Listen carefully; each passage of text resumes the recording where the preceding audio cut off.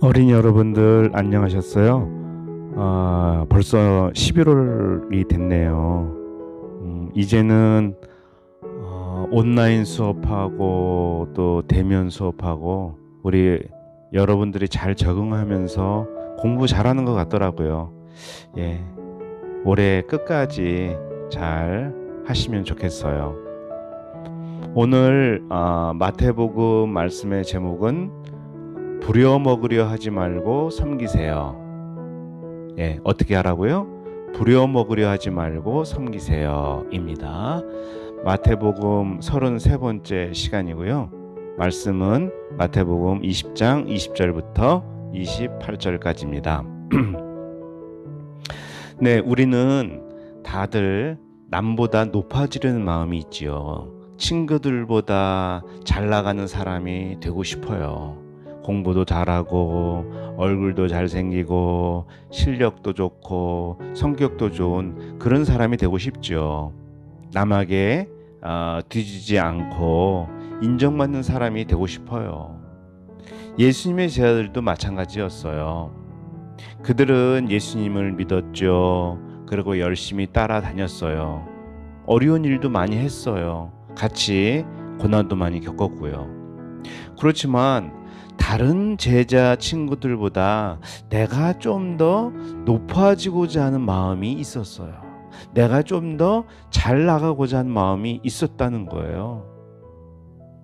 그들은 예수님이 이번에 예루살렘에 들어가시면 왕이 될 것으로 생각을 했거든요. 왕이 되면 그들은 어떻게 되는 거죠?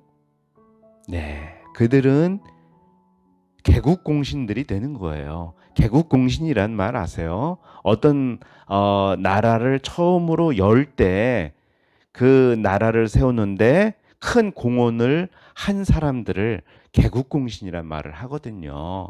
그러니까 그들이 그 나라의 어떤 창립 멤버처럼 되어서 정말 잘 나가는 사람들이 되고 싶은 거예요. 예수님이 취임식을 하면 자신들은 그 옆에서 폼나게 옷을 입고 많은 백성들이 우러러보는 신하들이 되고 싶은 거죠. 그렇지만 신하도 신하 나름이에요. 다 같은 신하가 아니고요. 거기에도 서열이 있어요. 서열, 순서. 12제자 중에 누가 서열이 가장 앞선다고 생각이 돼요?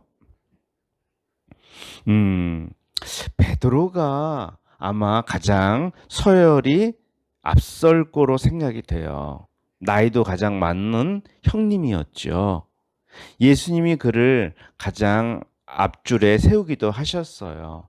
그가 다른 제자들을 대신해서 대표로 말하기도 했고요. 근데 야고보와 요한은 그게 마음에 안 들었어요. 자기들은 저 베드로 때문에 만년 2인자로 살 것만 같았거든요. 그래서 어머니를 동원해서 선수를 치기로 했어요. 요즘은 그런 일이 별로 없을 것 같은데요. 학교에 부모님이 선생님이 부르지도 않았는데 찾아오는 경우가 종종 있었어요. 예를 들어 자기 아이가 누구에게 맞았다, 따돌림을 당했다 하면 자기 아이를 데리고 선생님께 막 따지러 오는 거죠. 우리 아이를 이 지경으로 만들어 놓은 놈이 누구예요? 제대로 통제 못한 선생님을 교육청에 고발할 거라고 하는 부모님도 있었어요. 그만큼 부모님의 입김이 세다는 거죠. 야고보와 요한이 얘기하면 통하지 않을 것 같으니까 말빨이 센 엄마를 데리고 와서 대신 얘기하게 하는 거예요. 좀 비겁하지 않나요? 야고보와 요한의 엄마는 다짜고짜 자기 두 아들을 하나는 주의 우편에 하나는 주의 좌편에 앉게 해달라고 부탁을 했어요. 예수님은 기가 막혔을 거예요. 제자들 수준이 이것밖에 안 되나 하는 마음에 실망도 많이 하셨을 거예요. 나중에 다른 제자들은 야고보와 요한이 엄마를 데리고 와서 예수님에게 압력을 행사했던 얘기를 들었어요. 그들은 두 사람에 대해서 분이 여겼대요. 막 씩씩거렸다는 거죠. 왜 분이 여겼을까요? 사실은 자기들도 높은 자리를 차지하고 싶어요. 누구보다 잘 나가고 싶은데 야고보와 요한이 선수를 쳤다는 생각에 화가 난 것이거든요. 그러니 그들도 사실 똑같은 사람들이에요. 예수님은 제자들을 가만히 놔두면 안 되겠다 하는 생각이 드셨던 것 같아요. 그래서 제자들을 다 부르셨어요. 그리고 말씀을 하세요. 이방인의 집권자들이 그들을 임의로 주관하고 그 고관들이 그들에게 권세를 부리는 줄을 너희가 알거니와. 이게 무슨 말씀인가요? 네. 높은 자리에 올라가면 사람들은 자기 멋대로 살고 싶고요. 남을 막 부리면서 살고 싶다는 거예요. 조금 힘이 생기면요. 양쪽 어깨에 힘을 잔뜩 넣죠. 가오를 잡는다고 말하잖아요. 다른 사람들은 무시하면서 뭐든지 시켜 먹으려고 해요. 거기에 재미가 있거든요. 이봐, 당신 이거 해. 야, 너 당장 저거 해. 이러면서 살판이 나는 거예요. 여러분은 안 그럴까요? 어떤 어린이는요, 2살 어린 동생에게 이것저것 다 시켜요. 야, 휴대폰 가져와. 야, 냉장고에서 아이스크림 꺼내. 야, 네가 설거지해. 동생이 아니라 형이나 언니에게 막 시키는 경우도 많아요. 심지어는 부모님도 자기 종처럼 부리는 경우도 있어요. 남의 말을 듣기보다 막 시키는 것이 마치 더 좋은 것인 줄 알아요. 자기가 더 높은 사람이 되고 더 큰 사람이 된 걸로 착각을 해요. 그런데 예수님은 너희는 그래서는 안 된다고 말씀하세요. 하나님 안 믿는 사람들이 아무리 그렇게 살아도 너희는 그렇게 살아서는 안 된다고 말씀하시는 거예요. 정말 높은 사람이 되고 싶으면 종이 되고 큰 사람이 되고 싶으면 섬기는 사람이 되라고 말씀을 하세요. 시키는 사람, 남 부려먹는 사람이 으뜸이 아니고 낮아져 섬기는 사람이 하나님으로부터 인정받는 훌륭한 사람이라는 거죠. 예수님을 보세요.